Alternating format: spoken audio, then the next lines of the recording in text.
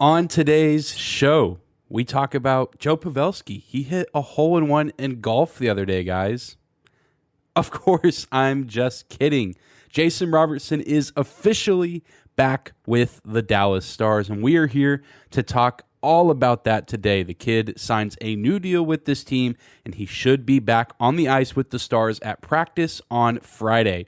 We'll talk about Jason Robertson and what his new deal means for this team on today's episode of Locked On Stars. You're Locked On Stars, your daily podcast on the Dallas Stars. Part of the Locked On Podcast Network, your team every day.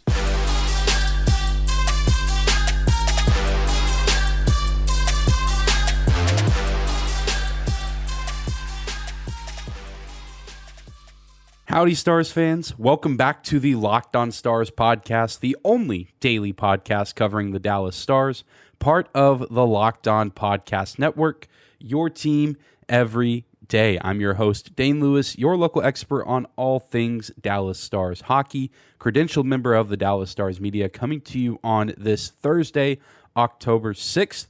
And whether this is your first time here or you are a recurring listener of the show, thank you for stopping by and for making Locked On Stars your first listen of the day.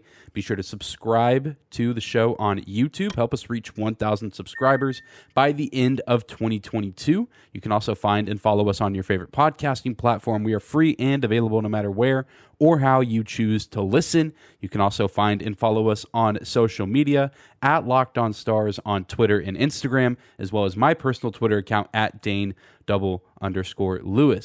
And here I was, ladies and gentlemen, on a late Wednesday night, about to sit down and record an episode talking about the Dallas Stars preseason game in Colorado against the Avalanche, which we probably will talk a little bit about just because I think there's some implications from that game that tie into the main subject of today's episode. And thankfully, I checked Twitter one last time just to make sure everything's good before I hit the record button. And sure enough, I see a tweet from the verified Dallas Stars social media account. Jason Robertson is back.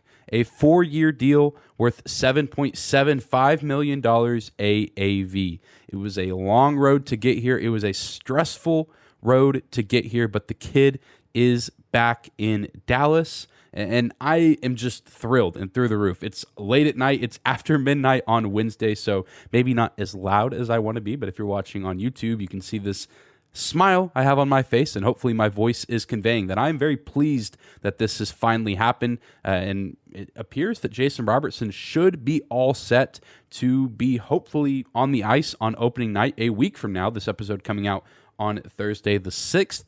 The Dallas Stars play their first regular season game of the season against the Nashville Predators next Thursday, and according to Matt DeFranks saying his source, Jim Nill, Jason Robertson should be at Friday practice for the Dallas Stars. I believe today he will be traveling back to Texas. He's been spending time in Southern California, where he's from, with his family. So it seems like he should be practicing on Friday and have about a week to prepare with the team. I imagine that they're going to want to put him out there if he's ready. Hopefully he is. I imagine that he has been staying in some sort of shape, exercising, keeping his body ready to go. He just hasn't been getting these reps with the team, but hopefully you can plug him right back in with his past line mates, Joe Pavelski and Roope Hintz, and he can be locked and loaded and ready to go. Man, this is just so cool. I mean, it took forever to get here. There was so much speculation all offseason. Is he going to sign? When's he going to sign? Is there going to be an offer sheet from another team? And then all these rumors start trickling in over the past week or so that maybe Jason Robertson could go to a team like the Buffalo Sabres. And yet again, the Dallas Stars just pulling the rug out from the Sabres at the last second to ruin a potentially good thing for them. And now it just seems like, all that's left to be done is to go out and play the first regular season game. Of course, the Dallas Stars do have one final preseason tune-up on Saturday in Minnesota against the Wild. I don't imagine Jason Robertson plays in that game. That just feels like a lot to sign the deal late Wednesday night, get your first practice in on Friday, and then even if it is preseason, to throw him out on the ice to play in a full-speed exhibition preseason game with rosters that might be a lot closer to opening night rosters. I know the Stars probably about to make some pretty big cuts as far as the guys that have been with the team this preseason. We'll talk about that a little bit later. So I don't imagine he's going to get any chance or opportunity to play this preseason, but it's good to have him back this week. That distraction, whatever distraction might have been caused within the locker room, within the organization, that is finally gone, and all the pieces are here. We have Jake Ottinger back. There was speculation about him earlier on in the offseason. He gets his deal done a lot earlier, but he's back. You have your number one goalie set and Scott Wedgwood set as the backup. You now have the new pieces added to the team. You have Mason Marchment, who's looked fantastic. You have Colin Miller, who's seeming to be forming into a really nice player for this team. You have Nils Lundqvist, who has come out of nowhere and been a candidate for a top 4 role. You have the new head coach. You have the assistant coaches on the staff. You have pretty much everyone back and healthy and ready to go, knock on wood. And the last missing piece of the puzzle was the fourth 40-goal scorer in Dallas Stars franchise history. Jason Robertson back and ready to hopefully continue to build on those numbers. We talked yesterday about his counterpart on that top line in Roope Hintz and how he's expecting his numbers to go up. Now that Jason Robertson is back, we can likely expect big numbers from both of them this season, because Roope Hintz is also going to be an RFA next offseason, and hopefully we don't see a repeat of this Jason Robertson situation with him.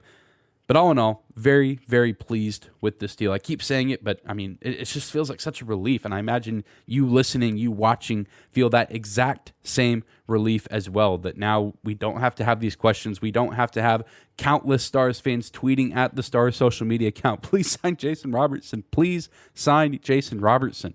He's back. The Jason Robertson gifs and memes out in full force at the time of recording this. And you just absolutely love to see it. Well, we're going to take a quick break, and when we come back, we will talk about the implications of Jason Robertson being back and what it might mean for some of the younger players in the Stars organization. Today's episode of Locked On Stars is brought to you by our friends at BetOnline. BetOnline.net is your number one source for football betting info this season. Find all of the latest player developments, team matchups, news, podcast, and in-depth articles and analysis on every game you can find. And as always, BetOnline remains your continued source for all your sports wagering information, with live betting and up-to-the-minute scores for every sport out there. The fastest and easiest way to check in on all of your favorite games and events, including MLB, MMA, boxing, and golf. Head to betonline.net or use your mobile device to learn more about the trends and action happening around the sports world. BetOnline.net is where the game starts. It is a great day to be a Dallas Stars fan. Thank you for stopping by and making Locked On Stars your first listen of the day. Jason Robertson is back with the team, and while that's great news for us as fans and for the team as a whole, it could potentially be bad news for a young player within the organization. I'm not necessarily saying one young player in particular, but there are several young prospect rookie-type players in the Stars organization who have had great preseasons, and there's been a lot of talk and speculation that there could be an extra roster spot open for opening night if Jason Robertson was not able to get a new deal done in time for the start of the regular season. Well, now that is out of the question. Jason Robertson is back and hopefully expecting to play with this team on opening night in Nashville. They will definitely need his services, but that could potentially leave a guy out to dry, at least to open the season. I think there's plenty of guys that have made really strong impressions this preseason that, if another player gets injured or needs to step away from the lineup for a little bit, that you can plug in some of these guys, a lot of them likely going to be playing in the AHL early in the season, but a guy that could have been fighting for a roster spot maybe has to take a step back and go back to the American Hockey League, which is kind of sad, but I mean, that's just the nature of the beast, and I guess a good problem to have. That's something that we talked about going into preseason, going into training camp, that the Stars have been gifted all of these talented, really solid forwards. and some of them, unfortunately, are just not going to make the team. And there's several players that played very well in Colorado last night, despite the preseason loss, which, let's be real, it felt like, the Stars definitely did lose, but it was kind of a weird game. That weird puck that bounces over Anton Hudobin's head to tie the game, and then the Mikko Rantanen goal near the end, that is 100% a credit to him. Great goal, great play by the Avalanche there, but kind of a weird sequence in the third period. Overall, a really good game from a lot of different players, including Riley Damiani, who I guess would technically still be a rookie. I don't think he's played enough NHL minutes or games to be considered not a rookie. Still really young, a guy who has had a ton of success in the American Hockey League and made a really strong impression, or has made a really strong impression throughout the majority of this training camp and preseason session that we've been in for the past several weeks. And he scores a goal last night, a really nice play. Kind of a side note, I think that the play, and I talked about it on Twitter last night, if you haven't seen Riley Damiani's goal from last night, go check it out. It is an incredible sequence for the Dallas Stars that I think fans of the team should be getting excited about, because all around it was just an incredible sequence, flow of events for the team. A really nice, clean defensive zone exit after a shot on goal by the Avalanche. They move through the neutral zone really well, and then Riley Damiani takes a really good position, kind of taking advantage of a missed defensive assignment, taking pretty much the open high slot area for himself, and gets a nice clean look at the net that he executes on. And props to Joel Kiviranta, who made a really good pass along the boards out to the slot to set up Damiani for success. All in all, really nice play, but it wasn't just the goal. Damiani was giving the Stars plenty of opportunities to have scoring chances, putting the pressure on the Avalanche and just moving around the ice with ease, which is things that we've seen him do before. Even last season, the few games that he got at the NHL level, you can just tell that this kid is a competitor, and hopefully will find a spot on this NHL roster. There's him. You have guys like Fredrik Karlstrom, who had a brief stint in the NHL last season, who had a good game last night. Freddie Olofsson had a good game. Oscar Back. And you even look at guys like Wyatt Johnston, Logan Stankoven, Maverick Bourque. Some of these guys are not going to be on the NHL roster to start the season, and that's okay. I think some of them still will, despite Robertson being there. I think guys like Johnston still have a great chance. I personally do think that Damiani still has a great chance, especially now that Ty Dellandrea is going to be maybe missing some extended time. I don't think Dellandrea is going to be gone for too long, but he does have that finger injury that he sustained earlier this preseason that I imagine will sideline him for the first few games of the season. But Dellandrea having a really nice preseason and camp as well. And that's just one of the things with Jason Robertson coming back, that maybe you miss a roster spot there, and maybe you have to cut back on roster spots in general just to fit into the cap situation, with Jason Robertson being paid $7.75 million a season, getting nice and close to being up at the cap capacity limit, whatever you want to call it. But it's just kind of an unfortunate situation. And again, I'm recording this late Wednesday night, so I haven't seen any of the big cuts, but we've been led to believe that a lot of players are going to be sent back to junior clubs or sent back, loaned to the AHL, rather, to the Texas Stars sometime on Thursday. I know a lot of guys like Matt DeFrank, Saad Yousuf were tweeting about that was kind of what Coach DeBoer was saying, that this game against Colorado on Wednesday night was kind of the last tryout or last moment for these players to show the coaching staff what they've got before the staff kind of decides what they want the team to look like on opening night. So we'll be on the lookout for that throughout the day, and I'm very, very curious to see who has to depart from the team and who is going to get to stay. Hopefully it's a lot of the guys I mentioned. I think a lot of you, I'm sure we're very like-minded in that we want to see for sure one of the big three, if not multiple of them on the roster. I just don't know how possible it is. I think Wyatt Johnston has the best chance. I think he's had the best preseason out of the big three. And I think, Bourque is a special situation because you have the luxury of not having to send him back to juniors. You can send him to Texas Stars in Cedar Park, and he can play there. And if you need to call him up, you can call him up. Stankoven is a little bit more of a tricky situation because you could put him on the roster for a little bit, but if he doesn't pan out after 9 games, you send him back to Kamloops, or you just send him back to Kamloops altogether. Very, very tricky situation that maybe is now a little bit trickier now with a roster spot for sure going to number 21 for this team. But It's a good problem to have. Jason Robertson is back, so now you don't have to worry about maybe doing these weird line combinations. I do still imagine that guys like Mason Marchment get placed somewhere in the top 6. I can't imagine Marchment could be running with Hintz and Pavelski much longer, unless DeBoer really liked what he saw there. But now DeBoer is going to have about a week's worth of practices to get to see the former top line of Hintz, Pavelski, Robertson in action. And if he likes that, maybe he keeps them together, and then he forms some other lines to round out those last 3 forward groups.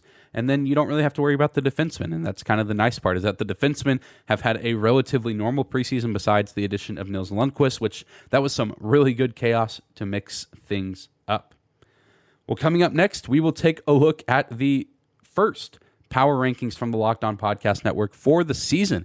Was going to talk about this anyway to close out the show, and now it doesn't really have to change, and now we can throw in this spin of Jason Robertson is back. So the Stars rank. Is it actually true now, given what we know now, that the best goal scorer on the team is officially coming back? More on that after another quick break. The Locked On Podcast Network released their very first NHL Power Rankings of the 22-23 season. These Power Rankings are voted on every week by other Locked On NHL hosts, so that includes myself, as well as the other fine people that host Locked On Podcast Network NHL shows. So we all kind of get our say on what teams are to be seeded where. And yesterday, we released the first ones of the season. I guess these are really just preseason power rankings because no regular season games have been played yet.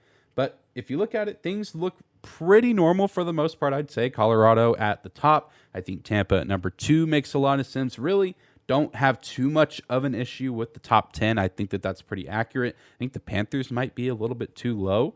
But I still think that they belong in the top 10. But then you look at number 17, and that's where the Dallas Stars get placed. And before I was going to record this episode, I was actually kind of writing this segment up in one of the intermission periods of last night's preseason game, thinking, okay, 17 seems like a really fair placement if you factor in a lot of different things. A new coach, you have the departure of one of your best defensemen in recent memory, you have, Jason Robertson missing from the roster, but now you can eliminate that. You have your 41 goal scorer coming back to the team for this season. So that's something that you can maybe factor out, which of course, whenever we were voting on this earlier in the week, myself and no one else voting had any idea that Jason Robertson would officially be coming back. So maybe if that knowledge is known, maybe the Stars get ranked a little bit higher.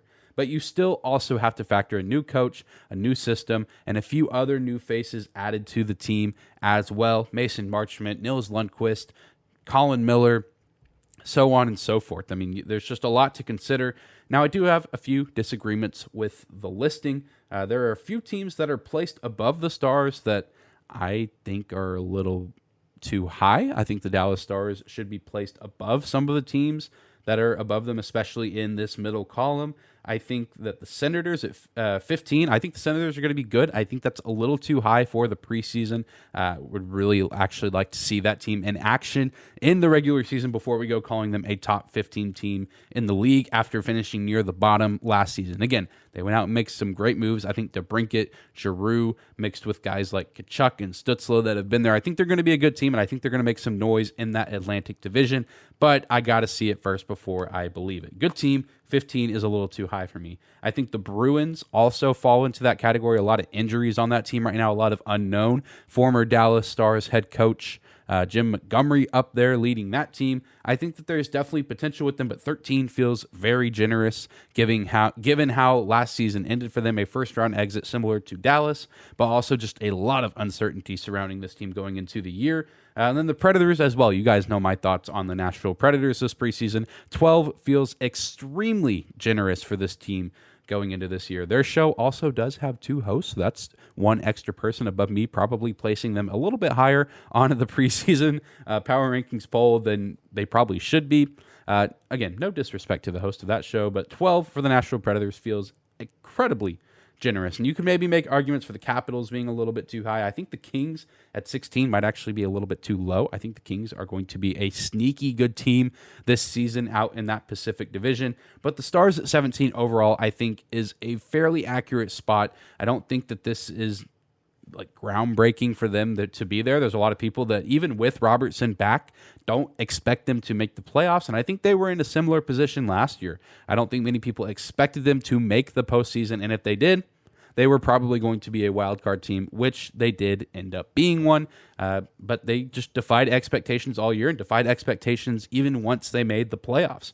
People expected them to get swept or lose in 5 to the Flames. And so I think this is a fair placement. I think this is a placement that they can definitely work with. And, obviously I don't think too many guys on the team are actually going to see these specific power rankings, but I think the Stars fall pretty closely on this list as they do on other ones. I think on the NHL's Power 16 or whatever they call it, their power rankings, I think they came in at 16th. So the Stars probably falling in this middle of the pack category to start the season, and I think that's absolutely fair. And I think that really the only way they can go is up, especially now that the roster is fully complete and all the puzzle pieces are back together for this season. Let me know in the comments down below what you think of the first power rankings of the season, the preseason power ranking as voted by the Locked On Podcast Network NHL host. I overall think it's a good spot, and hopefully the Stars are able to prove some people wrong this season and work their way up the ranking list and find themselves among some of the better teams in the Western Conference and Central Division, especially now that Jason Robertson is back. But that's going to do it for today's episode of Locked On Stars. Thank you so much again for stopping by and tuning in and for making us your first listen of the day. In order to celebrate Jason Robertson being back, if you want to make my day even better, hit that subscribe button if you're watching on YouTube. Help us reach 1,000 subscribers by the end of 2022. Find and follow us on your favorite podcasting platform as well. Remember, we are free and available no matter where or how you choose to listen. You can also find and follow us on social media at Locked On Stars on Instagram and Twitter, as well as at Dane_Lewis. That is my personal Twitter account. Be sure to tune in tomorrow for the last episode of the week. We'll be going over what roster cuts have been made and maybe do a little bit of predicting what the opening night roster will look like based on who is left after the cuts get made by Pete DeBoer and his coaching staff. I almost said Peach DeBoer. It sounds like, that'd be like his character if he was in a Mario game. Peach DeBoer. It's too late for me to be recording. It is 12:27 a.m. on Wednesday night, and I still have some editing ahead of me. But I hope you guys enjoyed today's episode. Have a great Thursday. It's got to be hard to not have a great Thursday knowing that Jason Robertson is back. But we'll see you back here tomorrow, Stars fans.